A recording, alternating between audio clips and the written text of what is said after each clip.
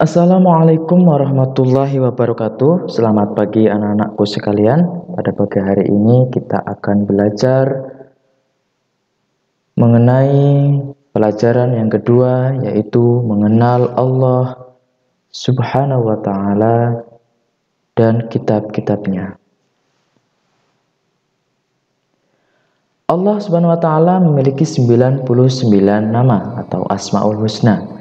Akan tetapi pada pelajaran ini yang akan dikemukakan hanyalah 4 Asmaul Husna, yaitu Al-Mumit, Al-Hayyu, Al-Qayyum, Al-Ahad.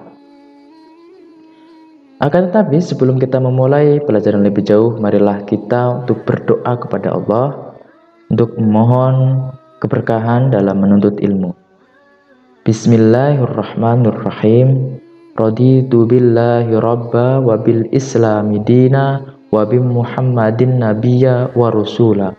Rabbi sidni ilma wa rasuqni fahma. Amin. Anak-anak, kata Asmaul Husna berasal dari bahasa Arab yang merupakan gabungan antara kata al-asma dan al-husna. Al-asma memiliki bentuk jamak dari ismun yang berarti nama. Sedangkan al-husna adalah bentuk masdar dari al-ahsan yang berarti baik, bagus. Asmaul Husna merujuk kepada nama-nama, sebutan, gelar, sekaligus sifat-sifat Allah Subhanahu wa ta'ala. Allah telah berfirman dalam Quran surat Toha yang mengemukakan bahwasanya istilah Asmaul Husna ia kemukakan, yang artinya dialah Allah, tidak ada Tuhan yang berhak disembah melainkan Dia. Dia mempunyai Asmaul Husna, nama-nama yang baik.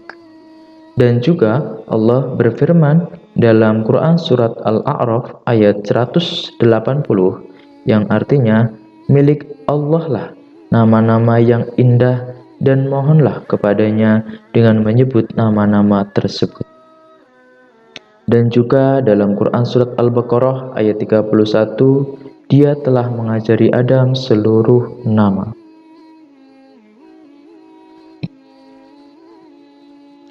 Kita memasuki yang pertama, Al-Mumit.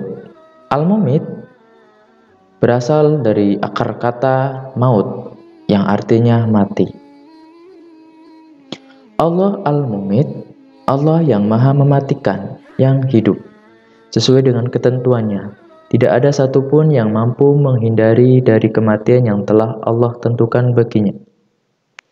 Al-Mumit mengandung arti yang maha mematikan.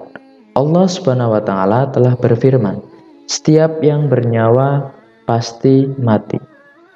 Berikut ilustrasi bahwasanya kematian tidak dapat dihindari oleh manusia. Setiap makhluk hidup pasti akan mengalami kematian, hanya Allah saja yang kekal. Sebagai pengingat bahwasanya semua makhluk ciptaan Allah akan mengalami kematian. Semua manusia pasti akan mendapatkan giliran kapan ia akan meninggal dunia.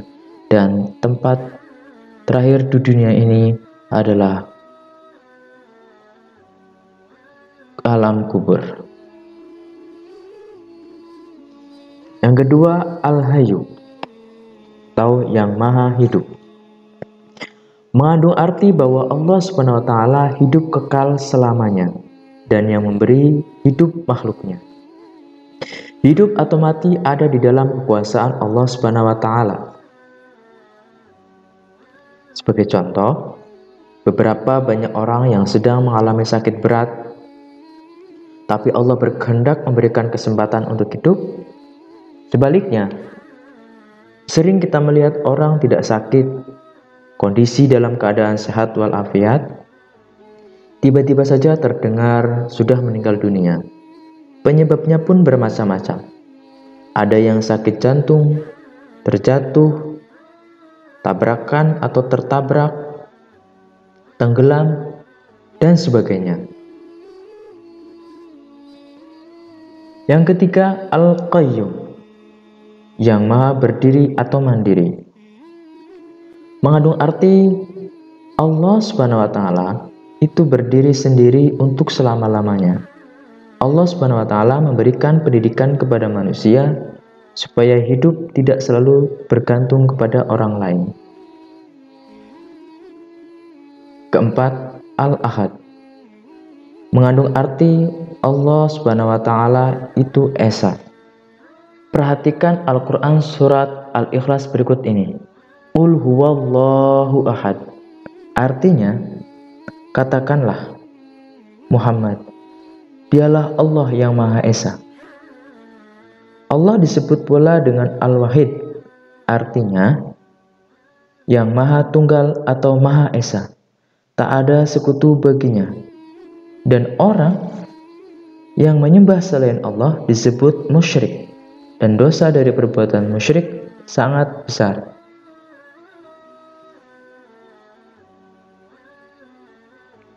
Apakah kamu ingin terpuji di hadapan Allah Subhanahu wa Ta'ala?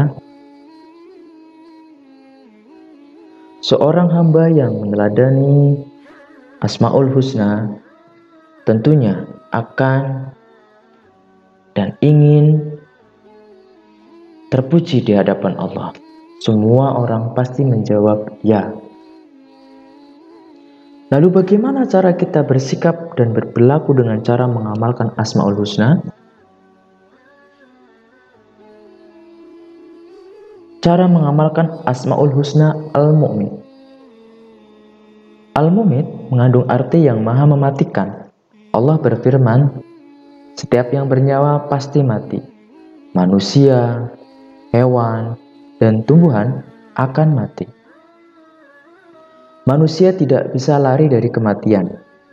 Kematian bukanlah suatu yang ditakuti, akan tetapi kematian adalah tangga menuju kebahagiaan abadi. Dalam mengamalkannya, bila kita ingin memperoleh kebahagiaan yang abadi dan ingin dipuji oleh Allah Subhanahu wa Ta'ala, maka kita harus mengikuti perintah Allah Subhanahu wa Ta'ala dan Rasul-Nya. Misalnya rajin sholat, rajin membaca Al-Quran, rajin belajar, dan hormat kepada orang tua dan guru.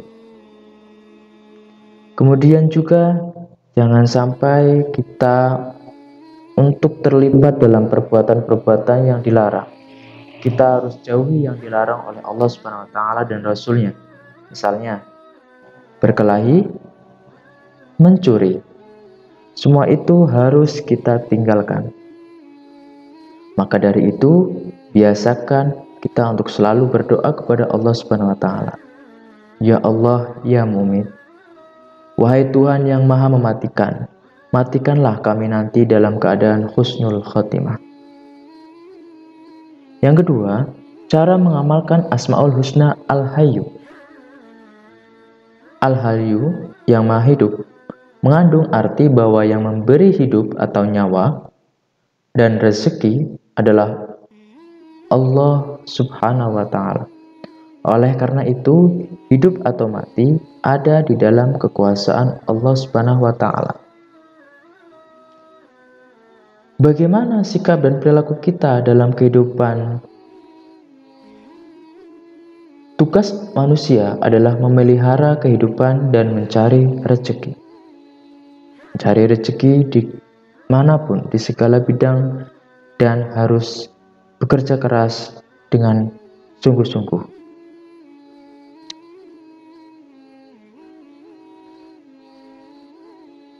Allah Subhanahu wa Ta'ala telah menyediakan rezeki-rezeki yang ada di dunia ini, antara lain sebagai seorang pekerja ataupun sebagai seorang petani. Dan juga kita harus makan makanan yang halal dan tidak berlebihan. Selalu menjaga kesehatan, membantu keberlangsungan hidup orang lain dengan cara bersedekah, membantu kesehatan orang lain yang membutuhkan. Kita harus membiasakan berdoa. Berdoalah kepada Allah. Ya Allah, ya Hayyu, wahai Tuhan yang Maha Hidup, hidupilah kami dalam keselamatan dan kemanfaatan. Yang ketiga, Al-Qayyum. Cara mengamalkan Asmaul Husna Al-Qayyum. Al-Qayyum yang maha berdiri atau mandiri mengandung arti Allah Subhanahu wa taala itu berdiri sendiri untuk selama-lamanya. Memberikan pendidikan kepada manusia supaya hidup tidak selalu bergantung kepada orang lain. Hidup harus punya semangat mandiri dalam segala situasi dan kondisi. Pada zaman dahulu, ada pepatah yang mengatakan, berdiri di atas kaki sendiri atau berdikari. Dan kamu, sebagai siswa kelas 5, bila di rumah, sudah tentu dapat melakukan sendiri hal-hal tertentu. Misalnya, merapikan tempat tidur, merapikan perlengkapan sekolah, mempersiapkan pakaian sekolah, mengambil sarapan sendiri, dan sebagainya. Dan tak lupa kita harus selalu berdoa kepada Allah Subhanahu wa taala dengan Asmaul Husna Al-Qayyum. Wahai Allah, ya Qayyum, wahai Tuhan yang maha berdiri sendiri atau mandiri, jadikanlah hidup kami tidak selalu bergantung kepada orang lain. Cara mengamalkan Asmaul Husna Al-Ahad.